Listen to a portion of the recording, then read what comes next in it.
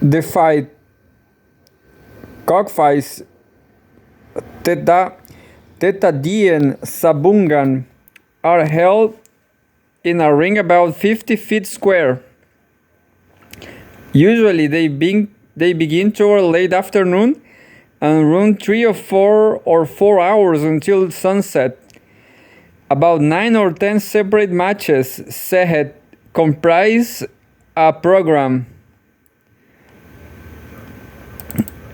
Each match is precisely like the others in general pattern.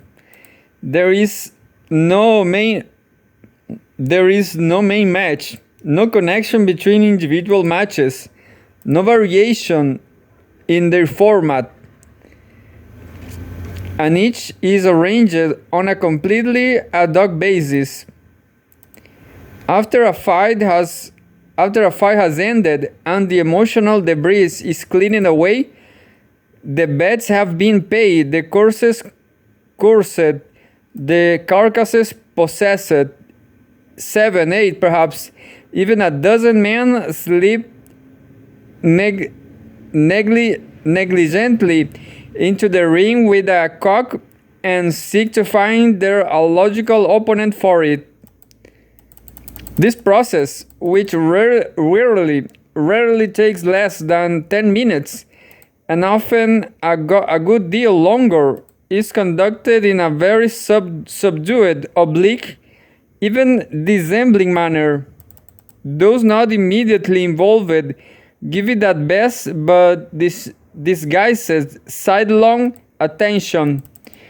Those who embarrassedly are attempted to pretend somehow that the whole thing is not really happening.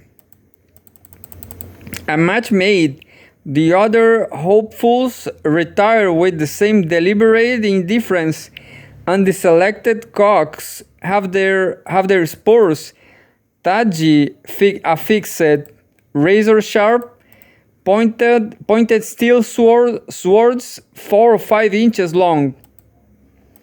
This is a dedicated job which only a small proportion of men, a half dozen or so in most villages, know how to do properly. The man who attaches the spurs also provides them, and if the rooster he assists wins, its owner award him the spurs leg of the victim. The spurs are affixed by winding a long length of string around the foot of the spurs and the leg of the cock. For reasons I shall come to precisely, it is done somewhat differently from case to case, and is an obsessively deliberate affair. The lore about spurs is extensive. They are sharpened only at eclipses, and the dark of the moon should be kept out of the sight of woman, and so forth. And they are handled both in the use and out, with the same curious combination of fussiness and sensuality the Balinese direct toward ritual objects generally. The spurs affixes, the two cocks are placed by their handlers, who may or may not be their owners, facing one another in the center of the ring.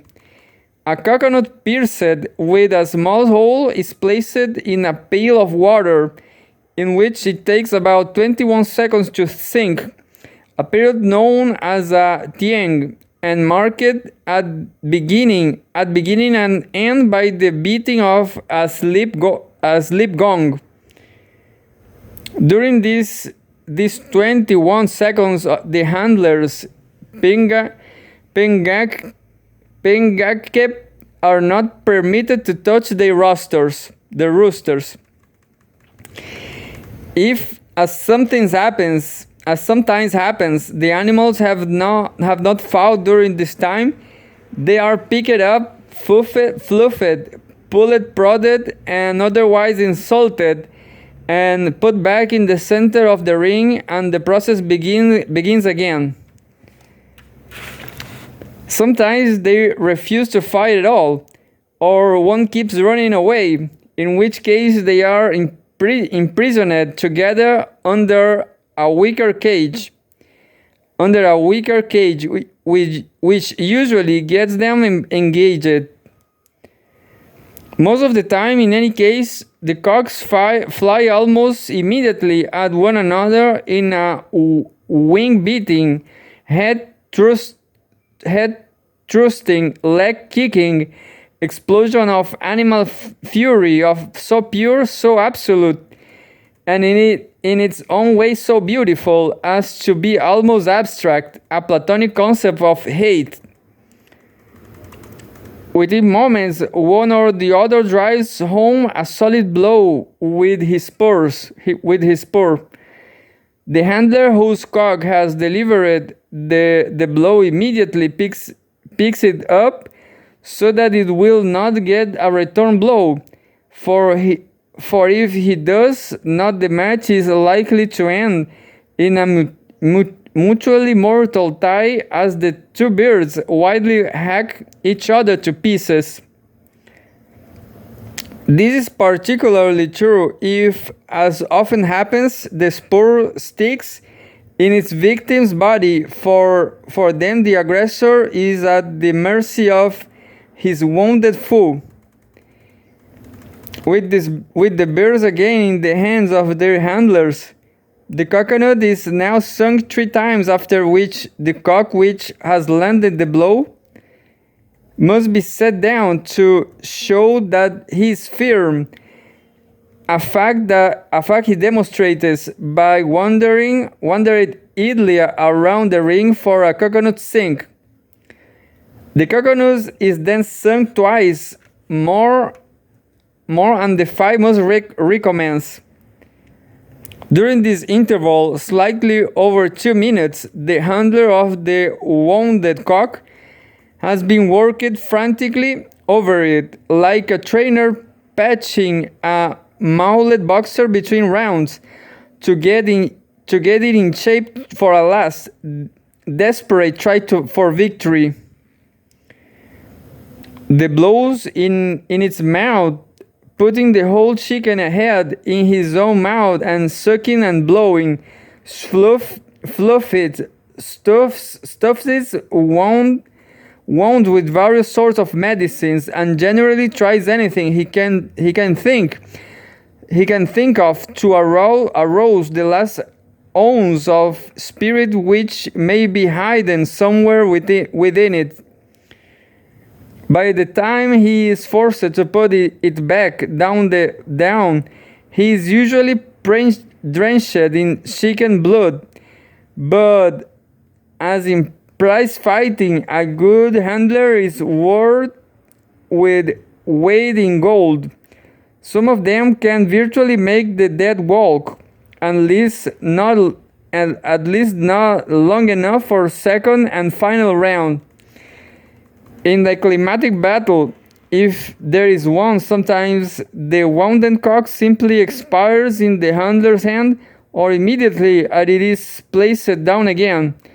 The cock who landed the first blow usually proceeds to finish off his weakened opponent.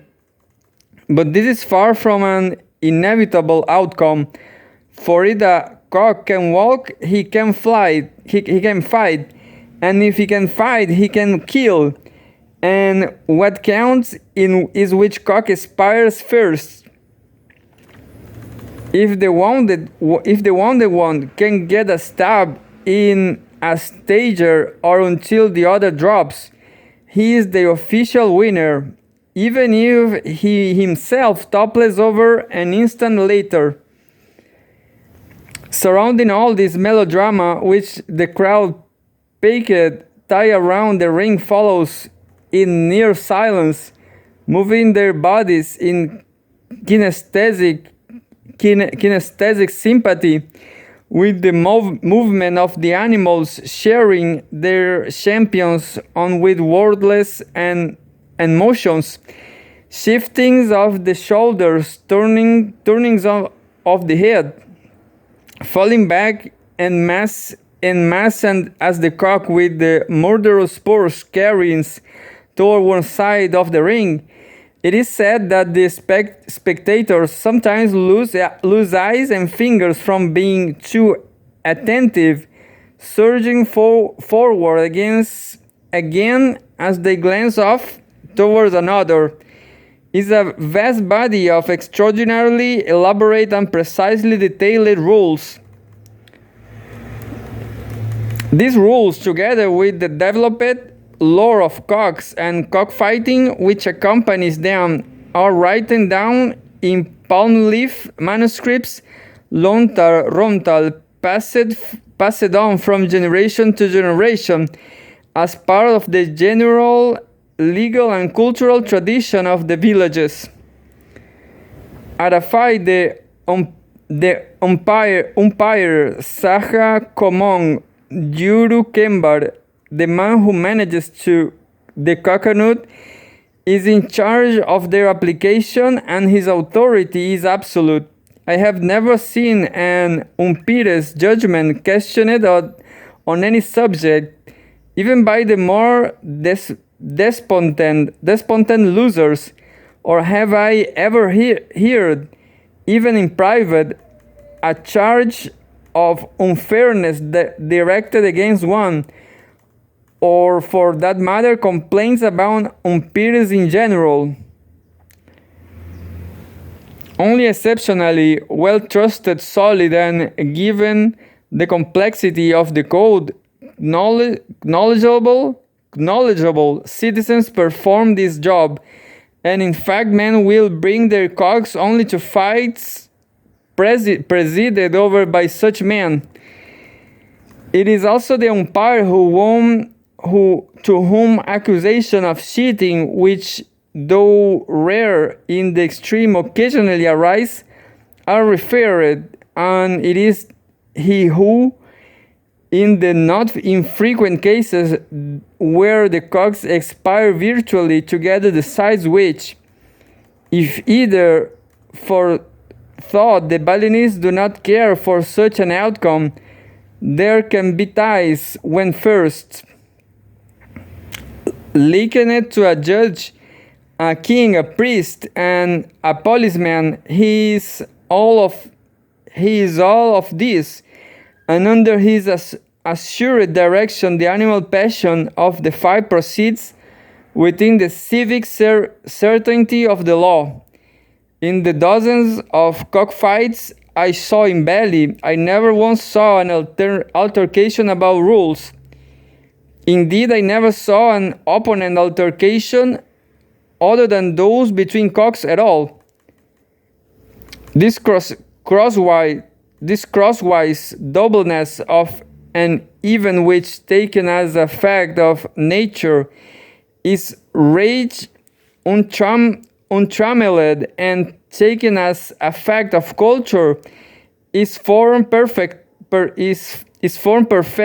defines the cockfight as a sociological entity. A cockfight is what searching for a name for something not vertebrate enough to be called a group, and not structureless enough to be called a crowd. Irving Goffman has called it a focused gathering, a set of persons engrossed in a common flow of activity and relating to one another in terms of that flow. Such gatherings meet and disperse. The participants in them fluctuate.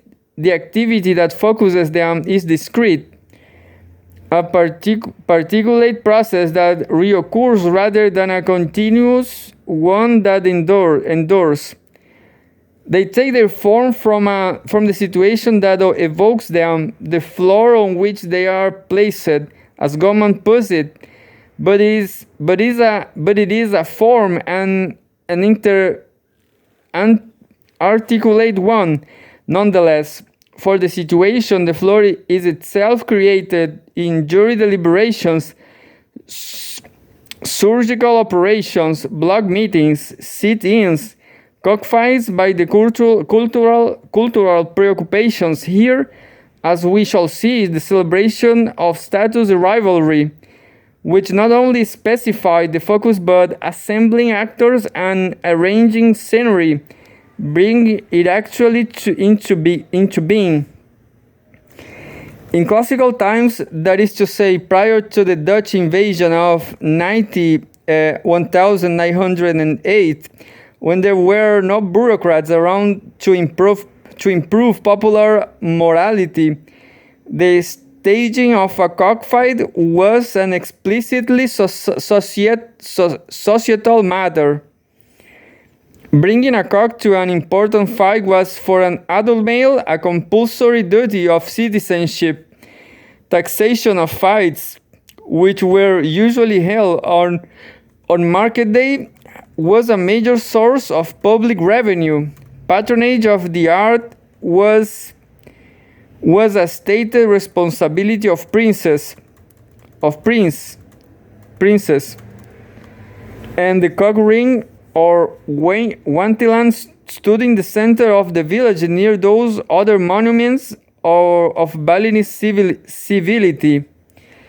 The council house, the origin temple, the marketplace, the signal tower, and the banyan tree. Today, a few special occasions aside, the never rectitude makes so open a statement of the connections between the excitements of collective life and those of blood sports impossible but less directly expressed. The connection itself remains immediate, intimate, and intact. To expose it, however, it is necessary to turn to the aspect of cockfighting around which all the others pivot and through which they exercise their force, and as aspect I have thus far studiously ignored. I mean, of course, the gambling, odds, and even money. The Balinese never do anything in a simple way that they can contrive to do in a complicated one. And to this generalization, cockfight wagering is no exception. In the first place, there are two sorts of bets, or tooth. There is the single axial bet in the center between the principals Ketenga, and there is the cloud of peripheral ones around the ring between members of the audience Kesasi. The first is typically large, the second typically small. The first is collective, involving coalitions of bettors clustering around the owner. The second is individual, man to man. The first is a matter of deliberate, very quiet, almost furtive arrangement by the coalition members and the umpire huddled like conspirators in the center of the ring. The second is a matter of impulsive shouting, public offers, and public acceptance by the existence thrown around its edges. And most curiously, as we shall see, most revealingly,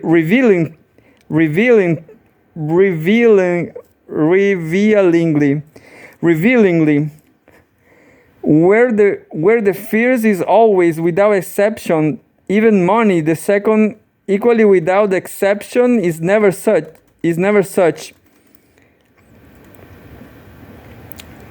What is a fair coin, the center is a biased one on the side. The center bet is the official one, edged in again with a webwork of rules, and is made between the two cock owners, with the umpire as overseer and public witness. This bet, which, as I say, is always relatively and sometimes very large, is never raised simply by the owner in whose name it is made, but by him together with 4 or 5, sometimes 7 or 8 allies, king, village mates, neighbors, close friends. He may, if he is not especially well-to-do,